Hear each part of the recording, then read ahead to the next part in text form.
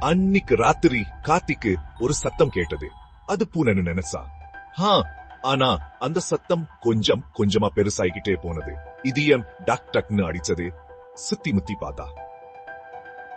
அப்போ திடீர்னு ஒரு பயங்கர உருவம் அந்த ரூம்ல போற மாதிரி தெரிஞ்சது. தைரியத்தை எல்லாம் தட்டிக்கிட்டு அந்த உருவம் பின்னாடி போனா. அந்த நிழல்ல பழைய ரூம் கதவு கிட்ட போச்சு. அந்த கதவு தன்னாலேயே திறந்துச்சு. உள்ள ஒரு பழைய போட்டோ இருந்துச்சு.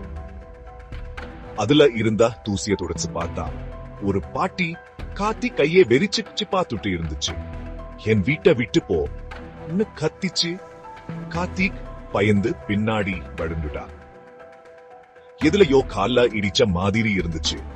பார்த்தா அது அவனோட கண்ணீர் அஞ்சலி போட்டோ. அப்பதான் அவனுக்கு புரிஞ்சது, அந்த வீடு பேய் வீடு இல்ல, அவன்தான் பேய்.